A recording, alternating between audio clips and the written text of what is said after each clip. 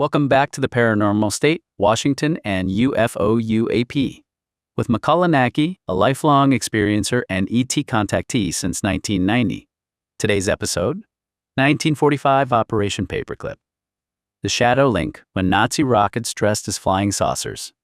I think the very first time I ever heard the name Operation Paperclip was late at night, glowing in the blue-lit hum of an old television screen while watching The X-Files.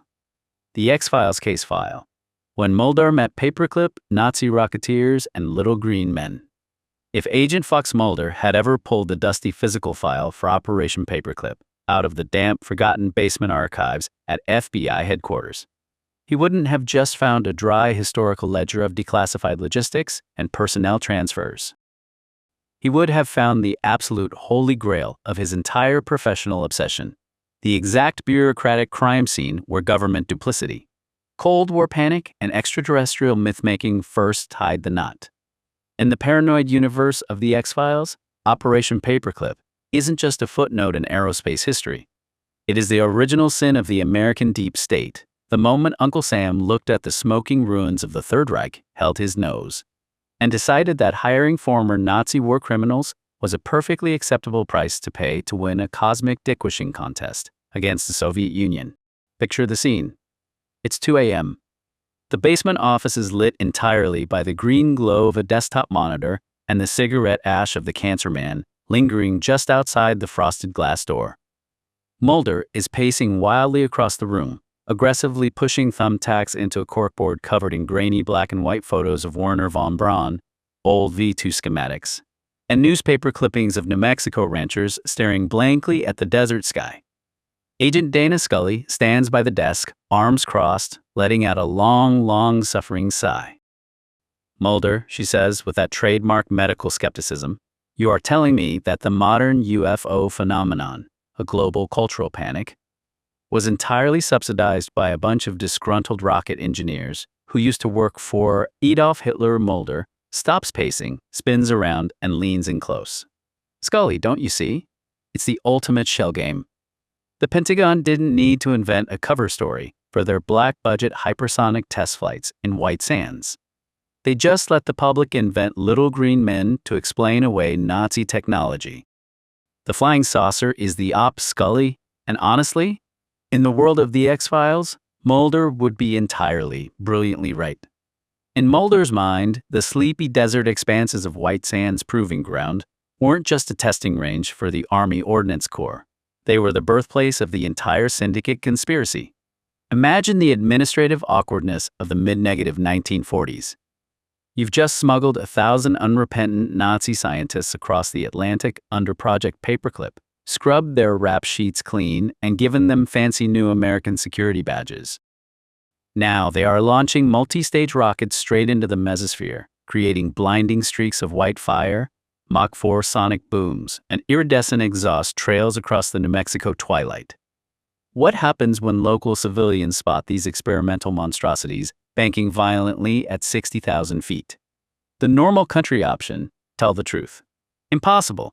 It violates 10,000 security protocols and proves the U.S. government is employing Hitler's personal pet rocket scientists. The X-Files syndicate option. Lean back, light a morally cigarette, and let the public believe they're being buzzed by an interstellar scout ship. Why bother running an expensive, high-risk disinformation campaign when the human imagination is already more than happy to do the heavy lifting? Every time a terrified rancher squawked about a metallic disc from Mars, the shadowy men running the government just smiled and stamped the file classified. It was outsourcing counterintelligence to Pulp Fiction paperbacks. Of course, no X-File-style conspiracy is complete without a little esoteric mythology to spice up the bureaucratic paperwork. While mainstream history insists that Nazi experimental aircraft, like the Horten Flying Wing, were crude, unstable precursors to modern jets, Mulder's corkboard tells a much darker story.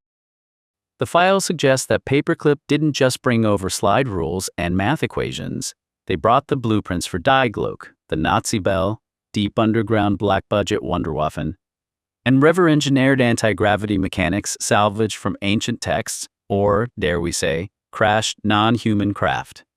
When these technologies merged with American capital, at the dawn of the Cold War, They birthed the industrial military complex that would eventually build Area 51, partner with alien syndicates, and construct black-budget -3B triangular craft designed to mimic UFOs. To the syndicate, the brilliant stroke of Operation Paperclip was that it created a permanent, self-sustaining smokescreen. Whenever someone got too close to a top-secret human propulsion test, the government could just point up at the sky and whisper, "Look over there. It's a weather balloon. It's a swamp gas cloud. It's little green men. The truth is out there, and it's written in German." If Mulder were to write the final memo on Operation Paperclip for his supervisor, it would probably look something like this. Case closed. The flying saucer is the greatest alibi ever manufactured. The United States government didn't hide its rockets from the Russians behind a wall of censorship. They hid them behind a wall of alien folklore. We didn't just import the architects of the space age, we imported the architects of our own collective delusion. And as always, Scully would look at the report, shake her head, write up a deeply clinical medical assessment about carbon monoxide poisoning in the basement, and completely ignore the fact that the truth was sitting right there in the declassified archives all along. If you want to understand how post-war paranoia transformed a classified military recruitment drive into the bedrock of modern UFO mythology, you have to look back at Operation Paperclip, 1945 to 1959. While Paperclip was never formally a UFO project, it serves as the ultimate historical incubator for half the conspiracy theories floating around the internet today. It was a clandestine, high-stakes U.S. intelligence initiative designed to smuggle over 1,000 brilliant, morally flexible former Nazi scientists, engineers, and physicians out of the smoking ruins of the Third Reich and straight into the American military-industrial complex. Among them was the crown jewel of rocketry, Wernher von Braun, the mastermind behind the V-2 missile who would eventually hand the United States its ticket to the moon.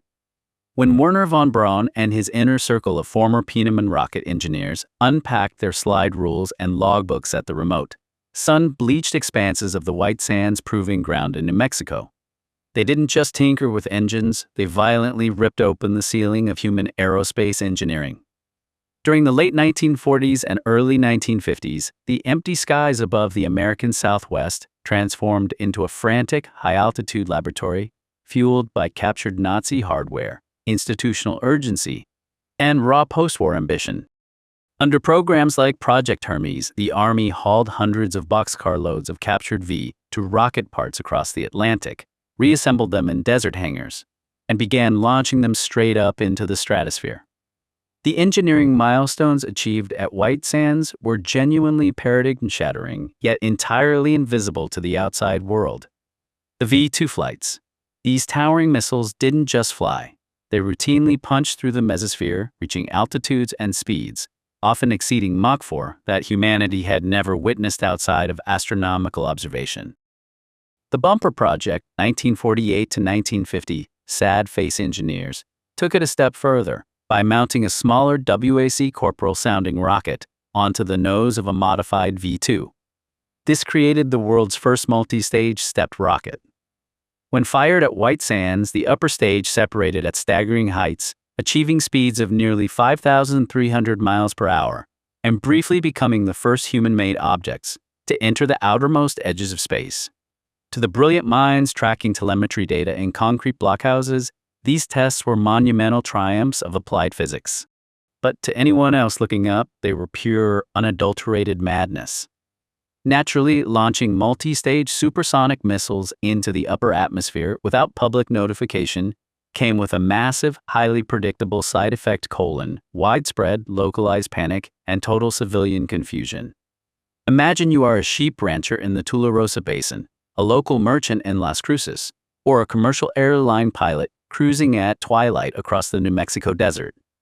The sun has dipped below the horizon, plunging the earth into shadow, but the upper atmosphere is still bathed in direct sunlight. Suddenly, massive streak of blinding white fire tears vertically off the desert floor. It ascends with terrifying velocity, trailing a luminous, iridescent exhaust plume that catches the high-altitude sun long after ground level is dark. It accelerates to 3 times the speed of sound, executes a violent, unearthly banking turn at an altitude where no conventional aircraft has any business flying, and vanishes into the blackness of space. You have never heard of a V2. You have never been briefed on Operation Paperclip or the secret logistics of the U.S. Army Ordnance Corps.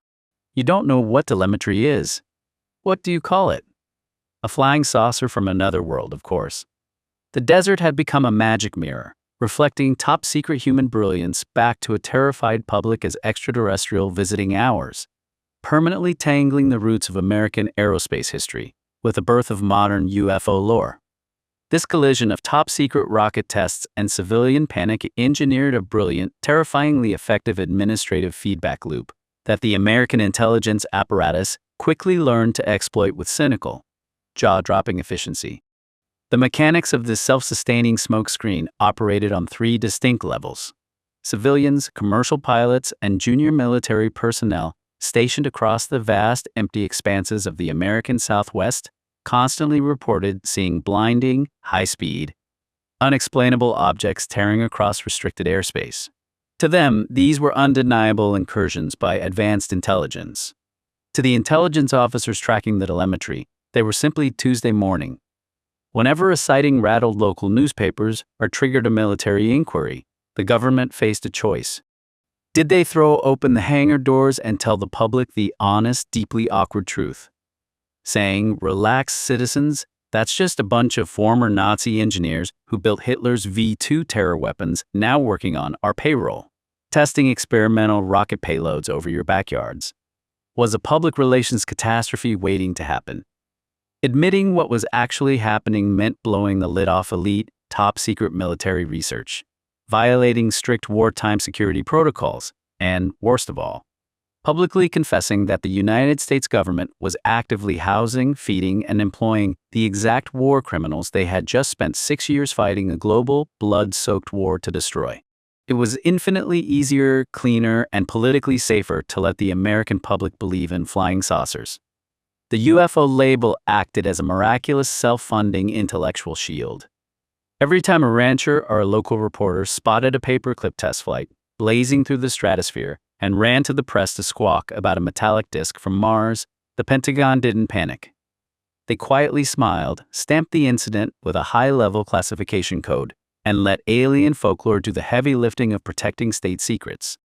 The military effectively outsourced its counterintelligence to pulp fiction. Why spend millions running elaborate disinformation campaigns when the public is more than happy to convince themselves that the Nazis in the desert are actually little green men from the stars? Because Operation Paperclip intentionally blurred the line separating hard empirical rocket science from shadowy black-budget defense secrecy, it inevitably cracked open a Pandora's box, giving birth to some of the wildest, most intoxicating fringe history of the 20th century. Conspiracy theorists and post-war mythmakers eagerly seized upon the convenient temporal overlap between real Nazi experimental aviation, such as unverified wartime rumors of circular Flugscheiben, flying discs, and the mythical, pseudoscientific Nazi Bell Die Glocke device and the sudden nationwide explosion of American UFO sightings that followed Kenneth Arnold's legendary June 1947 sighting over Mount Rainier. The alternate history narrative practically wrote itself. The Americans didn't just quietly smuggle in a few rocket engineers to build conventional artillery. They seized fully functional, river-engineered anti-gravity saucer prototypes developed in secret, deep underground Black Forest bunkers. The U.S. military inherited Hitler's secret flying machines, spirited them away to Area 51, and has been secretly test-flying them ever since, dressing up terrestrial Nazi tech as extraterrestrial visitations to throw off the Soviets. While mainstream historians, aerospace engineers, and declassified military archives have repeatedly and conclusively shown that Nazi flying saucers were largely the product of wartime propaganda, post-war pulp fiction magazines, and overactive imaginations, the psychological damage to the historical record was already permanent. The Third Reich did dabble in radical, unconventional aerodynamics, such as the Horton Ho 229 flying wing or Arthur Sachs' awkward as .6 circular experimental aircraft, mostly out of sheer desperation as the Allied bombs fell closer to Berlin. But these designs were crude, unstable, and light years away from intergalactic anti-gravity travel.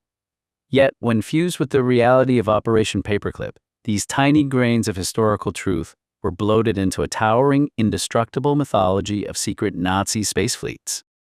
Operation Paperclip stands forever as a breathtaking masterclass in unintended historical consequences. In their desperate, sleep-deprived race to beat the Soviet Union to absolute technological supremacy at the dawn of the atomic age, American intelligence agencies quietly imported the brilliant, morally compromised architects of the space age under a shroud of absolute impenetrable secrecy. In doing so, they accidentally manufactured the greatest, most enduring UFO alibi in human history.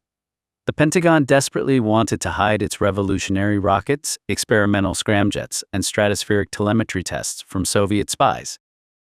But instead of engineering a complex deception, they ended up hiding their cutting-edge hardware behind a permanent, self-sustaining wall of little green men, flying discs, and alien abduction lore.